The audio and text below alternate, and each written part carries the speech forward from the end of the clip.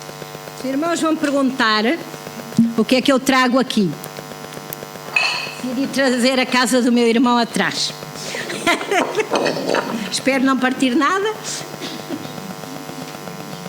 Eu mostro um de cada vez. Ok. Uma jarra, uma taça. Esta é de barro. Esta já viram o que é. Então, deixa aqui para irem ver.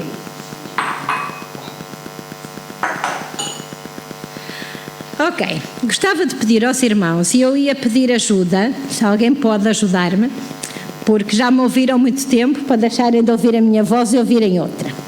Gostava de pedir a alguém que, por favor, lesse abrisse o texto, todos podem abrir, o texto principal é Jeremias 18, 1-6. Mas há outros textos, e vou pedir a diferentes irmãos para poderem ler, por favor, para ouvirem vozes diferentes. Por isso, Jeremias 18, 1-6. Depois vou pedir a outro irmão que abra em Tiago 1, versículo 2, 3 e 4. E também outro irmão que abra em Atos, já digo o texto, ou eu posso ler o de Atos, não há problema.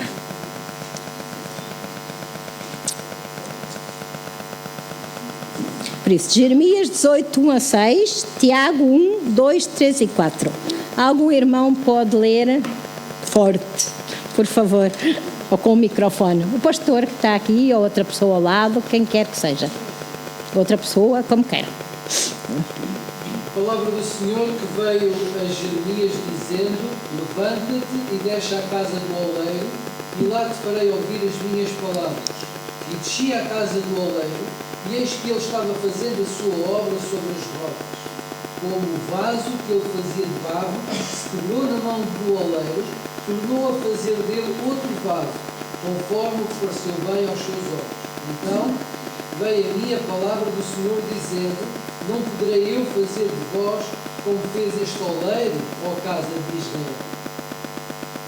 Diz o Senhor: eis como o barro na mão do oleiro, assim sois vós na minha mão, ó casa de Israel. Obrigada. Agora que alguém possa ler, por favor, Tiago, capítulo 1, versículo 2, 3 e 4.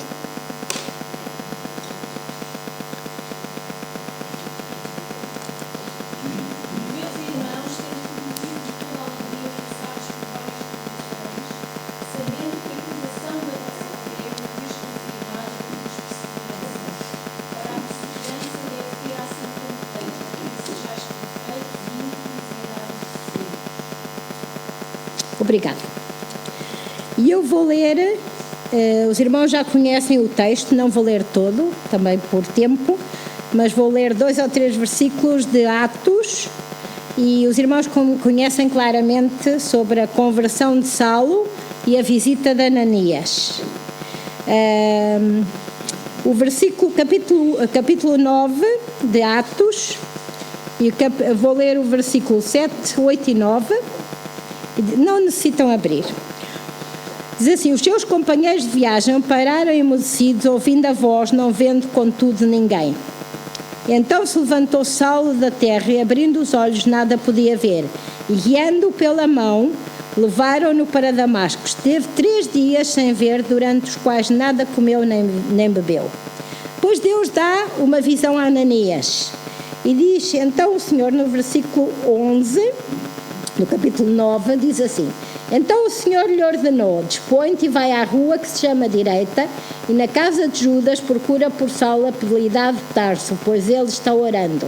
E viu entrar um homem chamado Ananias e impôs-lhe as mãos para recuperar-se a vista. Ananias, porém, respondeu: Senhor, de muitos tenho ouvido a respeito desse homem, quantos males tem feito aos teus santos em Jerusalém. Para aqui trouxe a autorização dos principais sacerdotes para prender a todos os que invocam o teu nome. Mas o Senhor lhe disse: vai, porque este é para mim um instrumento, ou um vaso escolhido, para levar o meu nome perante os gentios e reis, bem como perante os filhos de Israel.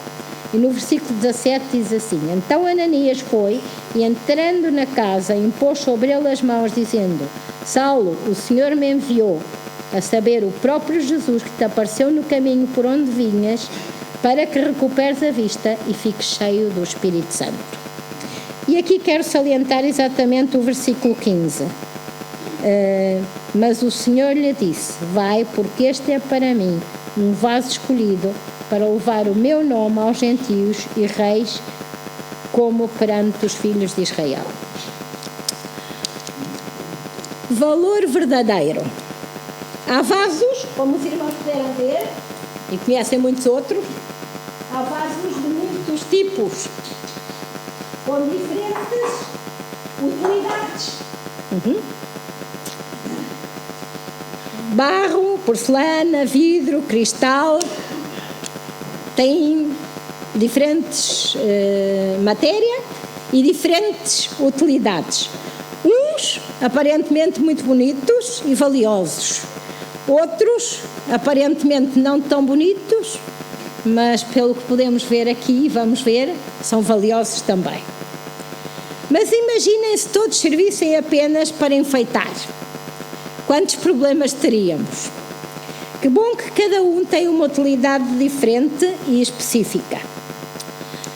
No texto de Jeremias, e vou ler outra vez, que veio a palavra do Senhor, que veio a Jeremias dizendo: dispõe-te e desce à casa do oleiro, e lá ouvirás as minhas palavras.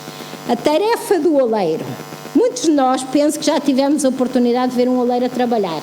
Quantos aqui é que já tiveram a oportunidade de ver um oleiro? Vou ver várias mãos. O que é que o Senhor fala a Jeremias? O Senhor diz-lhe: desce à casa do oleiro, no versículo 3. Primeiro diz no versículo 2: dispõe-te e desce à casa do oleiro, e lá ouvirás as minhas palavras. Nós já vimos como é que os oleiros formam os vasos, como é que moldam. É um trabalho que tem que ser feito com muito cuidado para não ficarem impurezas. E quando o vaso que está a ser feito não serve para aquilo que o oleiro fez, o oleiro quebra totalmente, não somente fica lá a tentar remediar o que está mal, mas quebra, não vou quebrar, não se assustem, e começa a fazer de novo, até que esteja perfeito. Então, neste texto, lemos que o Senhor fala para Jeremias descer, porque lhe queria falar. E a palavra descer aqui implica duas coisas, e é engraçado que já ouvimos alguns de nós isso hoje na escola dominical. A palavra, apesar de ser um texto diferente, o Senhor continua a falar a mesma coisa. Então, a palavra descer aqui implica duas atitudes. Uma é obediência e a outra é submissão. O versículo 3 e 4 diz-nos assim: desci à casa do oleiro e eis que ele estava entregue à sua obra sobre as rodas. Como o vaso que o oleiro fazia de barro se lhe estragou na mão, tornou a fazer dele outro vaso, segundo bem lhe pareceu. Vemos que o profeta Jeremias fez o que o Senhor lhe pediu. Desceu à casa do oleiro e fez algo muito interessante que às vezes nos falta. E eu falo por mim. Observar a obra que ele estava a fazer. Quantas vezes queremos tanto fazer coisas e não paramos para observar antes aquilo que o Senhor nos está a pedir para vermos? Reparou que o vaso que estava a fazer se lhe estragou nas mãos e por isso tornou a fazer outro vaso como bem lhe pareceu. Não como ele queria, mas como bem lhe pareceu. Então, para fazer outro vaso, ele teve que desmanchar o anterior. O propósito para que foi feito o vaso. E temos aqui um exemplo, por isso fui buscar o texto de Ananias e da conversão de Saulo. Porquê? Muitas das vezes nós pensamos que não temos utilidade, mas realmente cada um tem uma utilidade diferente. E nesse processo de uma utilidade diferente, Deus usou Ananias, ouvimos falar dele na Bíblia, muito pouco, mas aquilo que ouvimos falar foi tremendo, Porque a primeira reação de Ananias era: eu tenho ouvido tanta coisa acerca desse Saulo. Ele o que vai fazer é prender cristãos. Traz cartas para poder prendê-los, para poder matá-los. Senhor, eu. Mas Deus usou esse homem, porquê? Porque ele obedeceu. Ele decidiu entregar-se e fazer aquilo que o Senhor lhe estava a pedir, que era ir impor as mãos sobre Saulo. Imaginem o impacto que uma pessoa a obedecer pode ter. Se hoje nós conhecemos o Evangelho em Europa, podemos lembrar Saulo, que chegou a Paulo, que chegou a Creta e a tantos outros lados. E realmente foi por impacto de um homem que é mencionado na Bíblia uma vez, mas que Deus usou de uma forma incrível. E como Deus depois escolheu a Saulo, foi o apóstolo Paulo, para escrever tudo aquilo que temos e para alcançar os gentios e nos alcançar a nós outros. Então, cada vaso tem um propósito específico e só esse vaso pode preencher o propósito para o qual Deus o usou, o fez, quero dizer. O Senhor, ao criar-nos, teve um propósito. Muitas vezes Ele começa a moldar-nos, tal como o oleiro faz com o barro. Todos nós temos áreas em que ainda estamos em bruto, sem sermos trabalhadas. O nosso caráter, os nossos desejos, as nossas emoções. E por isso fomos lá para o texto de Tiago. Será que podemos identificá-las? O Senhor, então, através de lutas e provações, vai nos refinando como o fogo refina o ouro. Isto porque Ele quer que sejamos vasos que realmente sirvam para o propósito que Ele criou. E em terceiro lugar vem uma pergunta: dor, sim ou não? A maioria das vezes preferimos ficar mesmo defeituosos para não doer do que passar por provações e servir para o que Ele nos criou. Quantos aqui temos prazer de passar por provações? Certamente que ninguém. Penso que, se formos honestos, nenhum de nós dizia que gostava de passar por lutas ou por dificuldades. Mas é engraçado que muitas das vezes somos ensinados que a provação vem como consequência de pecado. E a Bíblia não fala somente isso. Desculpa, já estou a virar para o espanhol. A Bíblia não fala somente isso. A Bíblia fala muitas vezes que a provação é a única forma de nós podermos ser como o ouro refinado, como o vaso na mão do oleiro. Então, no texto de Tiago, diz lá algo completamente diferente, que muitas vezes é difícil para nós de entendermos. Os benefícios da aprovação. Tiago 1, capítulo 1, versículo 2, 3 e 4. Meus irmãos, tende por motivo de toda a alegria o passardes por várias provações, sabendo que a provação da vossa fé, uma vez confirmada, produz perseverança. Ora, a perseverança deve ter a ação completa para que sejam perfeitos e íntegros, em nada deficientes. Meus irmãos, tendo por motivo de toda a alegria, passardes por provações. Que texto complicado, não? Mas é isso que o Senhor nos está a dizer através de Tiago.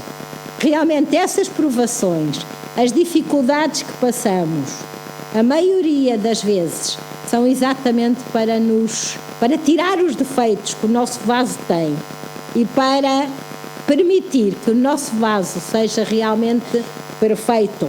É um processo constante. Então, no meio de tudo isto, pensando em diferentes textos na Bíblia, podíamos pensar em muitos outros, em que realmente Deus usou diferentes pessoas de formas tão específicas. Usou José, usou Moisés, no Antigo Testamento usou Abraão, no Novo Testamento usou tantos outros. Podíamos ter muitos exemplos, lembramos o de Paulo, o de Ananias, podíamos ficar aqui a mencionar muitos outros.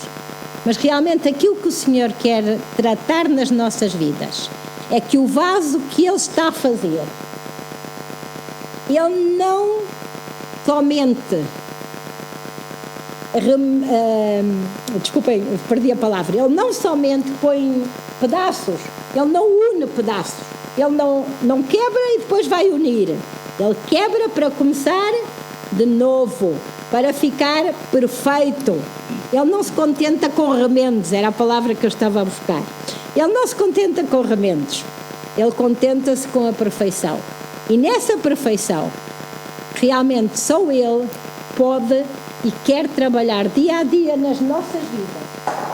E o meu desafio nesta manhã, que não é meu, é da parte de Deus, a começar para mim, é que realmente nós possamos ser vasos, que deixemos que o oleiro quebre completamente e possa começar a fazer de novo, até ele entender que está um vaso que realmente vai servir para a utilidade que ele tinha em mente.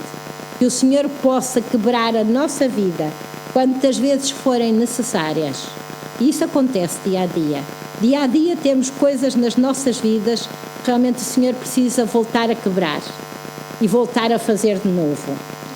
E que esses vasos possam servir, tal como serviu Ananias, tal como serviu Saulo, tal como serviram muitos outros servos dele, para o propósito que ele tinha, para a glória e honra do seu nome. Que o Senhor possa abençoar a sua palavra.